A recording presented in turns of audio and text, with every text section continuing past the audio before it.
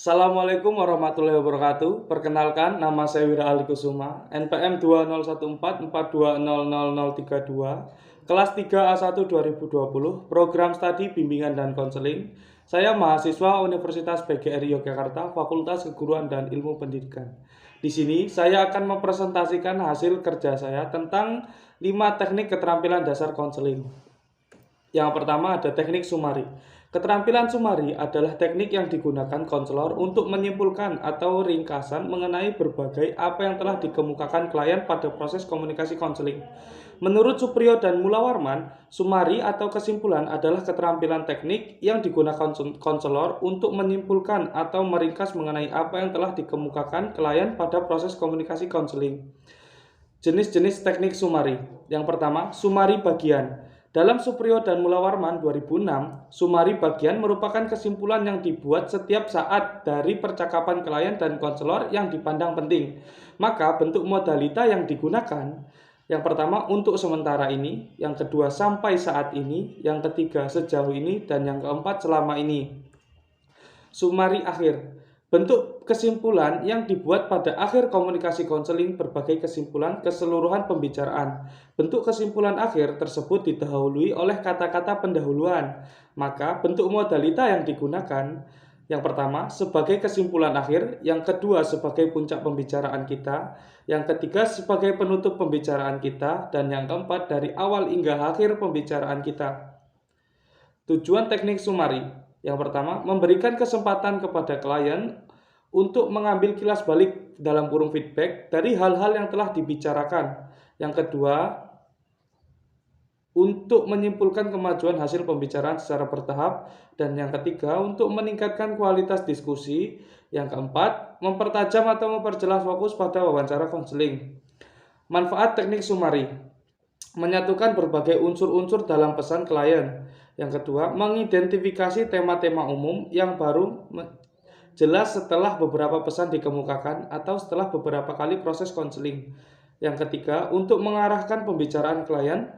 Yang keempat, untuk mencegah langkah yang terburu-buru dalam suatu sesi konseling. Dan yang kelima, mereview kemajuan yang diperoleh selama satu atau beberapa kali wawancara. Cara melakukan teknik sumari.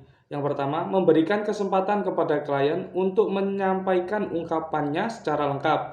Yang kedua, menunjukkan sikap, memberikan perhatian, dan menyimak dengan penuh perhatian.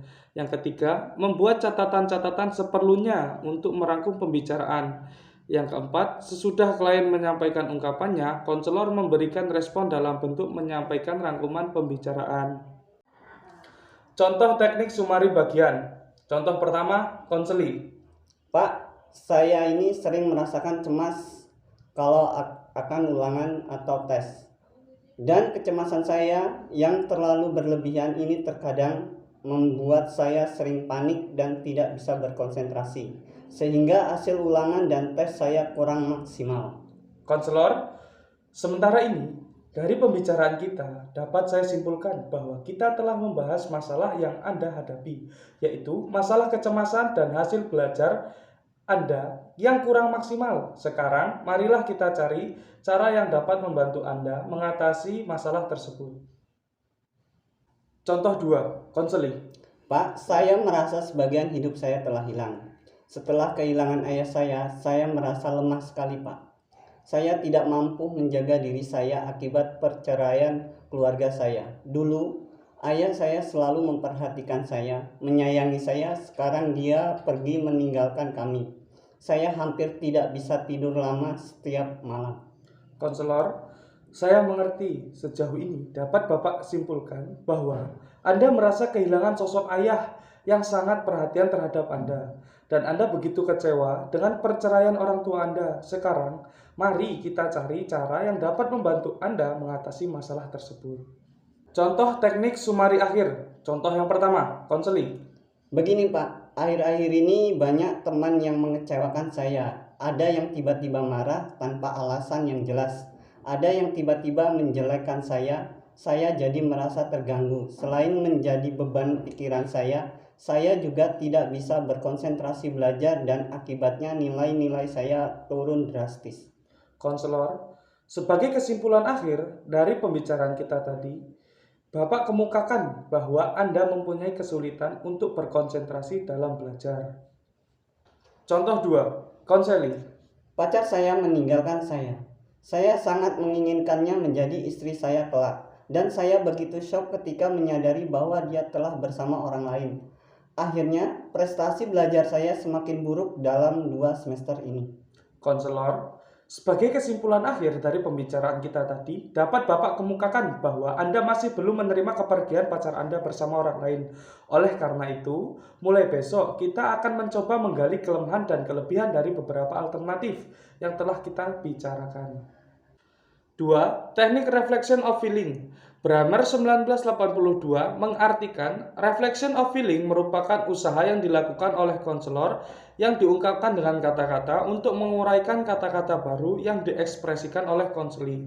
Selanjutnya, menurut Sunardi 1991, reflection of feeling atau pemantulan perasaan konseli adalah suatu respon yang dibuat oleh konselor dengan ungkapan kata-katanya sendiri untuk mengkomunikasikan perasaan konseli. Baik verbal maupun nonverbal, pernyataan dari konselor tersebut menyempurnakan secara tepat ungkapan konseli yang dinyatakan secara tidak langsung.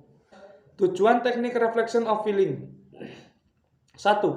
Memperjelas apa yang sebenarnya dirasakan konseli. Yang kedua, mendorong konseli agar lebih terbuka mengekspresikan perasaannya baik positif maupun negatif. Yang ketiga, agar konseli lebih percaya diri. Yang keempat, mendorong konseli agar lebih baik membantu konseli menata dan mengatur perasaan-perasaannya. Yang kelima, memberitahukan kepada konseli bahwa konselor memahami perasaan konseli sehingga perasaan tersebut dapat berkurang. 6. Membantu konseli membedakan intensitas sebagai perasaan yang ada dalam dirinya. Fungsi reflection of feeling. Fungsi teknik reflection of feeling menurut Okun 1987 yaitu A. Memberikan sebuah fungsi untuk mendorong dan merupakan teknik yang paling efektif untuk digunakan pada fase awal dan pertengahan konseling. Yang B. Membantu memutuskan lingkaran neuritis yang sering dialami oleh konseli dan menantang tiap-tiap konseli untuk mengambil tanggung jawab atas diri mereka sendiri. Manfaat reflection of feeling. Membantu individu untuk merasa dipahami secara mendalam. Yang kedua, konseli merasa bahwa perasaan menyebabkan tingkah laku. Yang ketiga, memusatkan evaluasi pada konseli. Yang keempat, memberikan kekuatan untuk memilih. Yang kelima, memperjelas cara berpikir konseli. Yang keenam, menguji kedalaman motif-motif konseli. Modalita yang digunakan reflection of feeling. Bentuk pemantulan perasaan biasanya didahului dengan kata-kata seperti agaknya, rupa-rupanya, barangkali, nada-nadanya, kelihatannya, sepertinya, nampaknya, kiranya, dan kedengarannya. Contoh teknik reflection of feeling. Contoh 1. Konseling. Nggak tahu Pak, saya juga belum tahu mau kerja sampingan apa dan kemana mau bekerja. Yang terfikir saat ini adalah bagaimana cara saya memperoleh uang untuk memenuhi kebutuhan diri saya, terutama untuk biaya sekolah saya Pak. Konselor, sepertinya Anda merasa gelisah karena Anda belum mendapatkan pekerjaan. Contoh 2. Konseling. Pak, saya belajar matematika dengan giat, tapi nilai saya tetap saja di bawah KKM. Bagaimana Pak, supaya nilai saya naik? Konselor, nampaknya Anda merasa kecewa sekali terhadap nilai Anda. Agar nilai Anda naik, tetaplah berusaha dan lebih giat lagi dalam belajar. 3. Teknik sharing of experience. Sharing of experience merupakan teknik dasar komunikasi dalam konseling yang menyatakan pemahaman konselor terhadap kondisi konseli. Pengalaman menunjuk pada sikap, perasaan, emosi, serta persepsi dan pemikiran. Pada tahap ini, konselor melakukan berbagi pengalaman terkait dengan pemecahan masalah konseli itu sendiri yang hampir mirip dengan masalah yang sedang dialami. Tujuan teknik sharing of experience. 1. Terkomunikasinya suasana hubungan kebersamaan antara konselor dan konseli. Yang kedua, konseli dapat mengetahui bahwa konselor benar-benar merasakan secara akurat dunia konseli. Yang ketiga, konseli dapat mengetahui pengalaman sesaat konselor dalam proses konseling. Yang keempat, konseli dapat mengetahui perasaan sesaat konselor yang dapat menjadi masukan bagi pertimbangan respon oleh konseli. Manfaat teknik sharing of experience.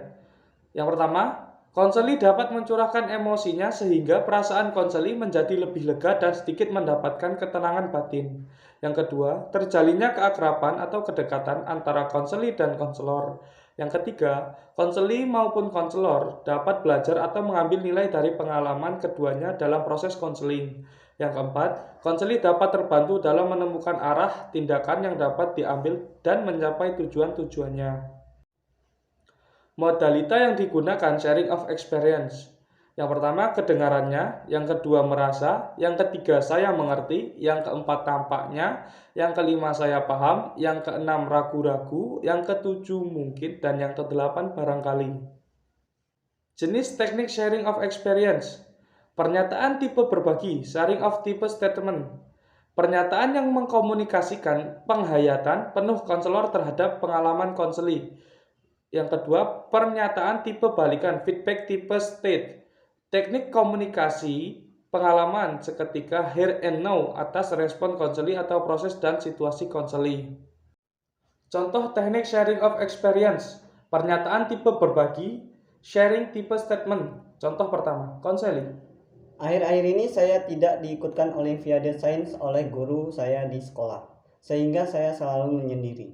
Konselor, saya merasa kecewa atas perlakuan guru Anda. Contoh kedua, konseli. Teman-teman kelompok saya tidak pernah memberi saya peluang untuk berpendapat. Akhirnya saya hanya menjadi pendengar di dalam kelompok. Konselor, mereka sungguh tega membuat Anda seperti itu. Pernyataan tipe balikan, feedback tipe state. Contoh pertama, konseli. Saya ingin tahu apakah banyak teman saya yang konseling seperti saya. Konselor, saya menduga bahwa Anda enggan membicarakan diri Anda sendiri. Contoh kedua, konseli. Apakah dalam proses konseling benar-benar dilindungi kerahasiaannya? Konselor, saya merasa Anda ragu dalam membicarakan permasalahan yang sedang Anda hadapi. 4. Teknik leading question. Leading adalah teknik atau keterampilan yang digunakan konselor untuk mengarahkan pembicara individu atau konseli dari satu hal ke hal yang lain secara langsung. Question adalah teknik mengajukan pertanyaan atau kemampuan menggunakan pertanyaan-pertanyaan secara efektif, di mana pertanyaan merupakan hal mendasar pada sebagian besar wawancara untuk menggali informasi yang dibutuhkan. Leading of question, pertanyaan yang sudah mengarah, adalah keterampilan yang digunakan konselor untuk mengarahkan pembicaraan dan perhatian konseli pada alur pembicaraan yang dikehendaki baik menurut proses dan isi pembahasan konseling dengan ungkapan verbal secara langsung menggunakan kalimat-kalimat tanya. Tujuan teknik leading question. Yang pertama, tergugahnya konseli memulai diskusi isu penting. Yang kedua, terhindarnya konseli dari pembenaran detail yang urung relevan. Yang ketiga, terfokusnya pembicaraan menurut proses dan alur konseling. Yang keempat, ditemukannya konseli gagasan pembicaraan tertentu. Yang kelima, memulai percakapan memperdalam poin penting, mengecek persepsi dan memperjelas informasi yang diberikan oleh konseli. Manfaat teknik leading question. Yang pertama, konseli dapat merespon pembicaraan terutama pada awal pertemuan. Yang kedua, konselor dapat mengetahui informasi dengan menggali lebih dalam untuk isu atau jawaban yang diberikan konseli. Yang ketiga, konseli dapat terbuka terhadap masalah yang dialami. Yang keempat, dengan pertanyaan yang mengarah atau menyentuh pada inti permasalahan, maka akan memudahkan konselor untuk lebih cepat memecahkan sebuah permasalahan. Modalita kata yang digunakan teknik leading question. Yang pertama, coba ceritakan. Yang kedua, kalau saya boleh tahu. Yang ketiga, bisakah Anda menceritakan? Yang keempat, coba kemukakan. Yang kelima, coba ungkapkan. Yang keenam, coba jelaskan kepada saya. Dan yang ketujuh, menurut Anda. Jenis-jenis teknik leading questions. Leading questions tidak langsung atau pengarahan umum, general. Teknik pengarahan menggunakan pertanyaan yang memberikan kesempatan kepada konseli untuk bebas mengkolaborasi, mengeksplorasi, atau memberikan reaksi jawaban dari berbagai kemungkinan sesuai dengan keinginan konseli. Leading question langsung atau pengarahan khusus. Teknik pengarahan menggunakan pertanyaan pada konseli untuk memberikan suatu reaksi garis miring jawaban yang spesifikasi garis miring tertentu. Contoh teknik leading questions. Leading question tidak langsung atau pengarahan umum dalam kurung general. Contoh yang pertama, konseling. Pak, kemarin saya baru mengikuti lomba lari nasional. Konselor, coba ceritakan kepada Bapak bagaimana suasana waktu kamu mengikuti lomba tersebut. Contoh yang kedua, konseling. Saya mendapat masalah dengan teman saya, Pak. Konselor, dapatkah kamu menceritakan tentang masalahmu? Leading question langsung atau pengarahan khusus spesifik. Contoh yang pertama, konseling. Saya benci dengan perbuatan pacar saya, Pak. Konselor, perbuatan apa yang kamu benci dari pacarmu? Contoh yang kedua, konseling. Hampir semua teman kelas saya membenci saya, Pak. Konselor, siapa saja teman kelas yang masih kamu percayai? 5. Teknik clarification. Clarification adalah teknik yang digunakan untuk mengungkapkan kembali isi pernyataan klien dengan menggunakan kata-kata baru dan segar. Dalam kurung Supriyo dan Mulawarman 2006.225, sedangkan menurut Fauzan Lutfi dan kawan-kawan 2008.234, clarification atau penegasan pernyataan adalah pola respon atau teknik menanggapi pembicara dengan cara memperjelas kata-kata yang telah diucapkan konseli melalui pemetikan atau pengambilan inti pembicaraan yang dianggap penting. Clarification merupakan teknik dasar komunikasi dalam konseling yang berarti penegasan pernyataan. Clarification dilakukan oleh konselor untuk menanggapi pembicaraan konseli dengan cara memperjelas kata-kata yang telah diucapkan oleh konseli melalui pemetikan atau pengambilan inti pembicaraan yang dianggap penting. Dalam kurung Fauzan 2008.234. Tujuan teknik clarification. Yang pertama, konseli memperoleh balikan bahwa konselor memahami secara utuh. Yang kedua, diperoleh kejelasan inti isi pembicaraan konseli. Yang ketiga, konseli terbantu mendiskriminasikan perbuatan ataupun situasi yang dihadapi. Dan yang keempat, mengarahkan pembicaraan lebih lanjut ke arah uraian situasi ataupun perbuatan yang lebih luas dan dalam. Fungsi atau manfaat teknik clarification. Manfaat menggunakan teknik clarification ini adalah sebagai salah satu upaya untuk memahami konseli secara lebih utuh. Konselor dapat memahami maksud yang ingin disampaikan atau pesan-pesan yang disampaikan oleh konseli melalui pernyataan-pernyataannya, sehingga akan memperjelas dan mempermudah konselor mengarahkan proses wawancara konseling. Hal-hal yang harus diperhatikan dalam teknik clarification. Yang pertama, apa yang telah dikatakan klien? Yang kedua, apakah pesan yang disampaikan klien ada bagian yang hilang? Jika ada, konselor harus memeriksa kembali bagian itu. Jika tidak, konselor harus menentukan respon lain yang tepat. Yang ketiga, bagaimana konselor mendengar, melihat, atau mengerti cara memulai respon ini. Yang keempat, konselor harus mengetahui apakah klarifikasinya berguna. Modalita kata yang digunakan teknik clarification.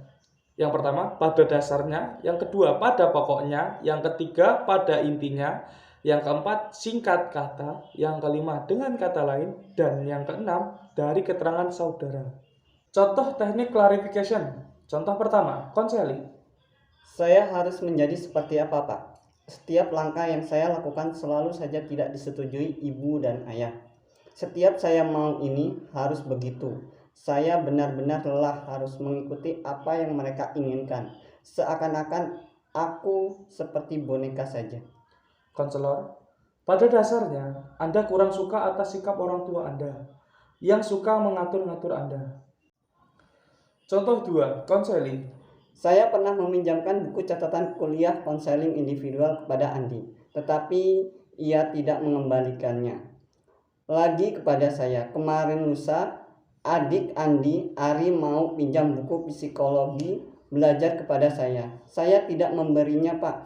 Dia kan adik Andi, sudah tentunya juga tidak akan mengembalikan buku yang dipinjamkan itu kepada saya, Pak. Konselor, dengan kata lain, kamu menyamakan Ari dengan Andi.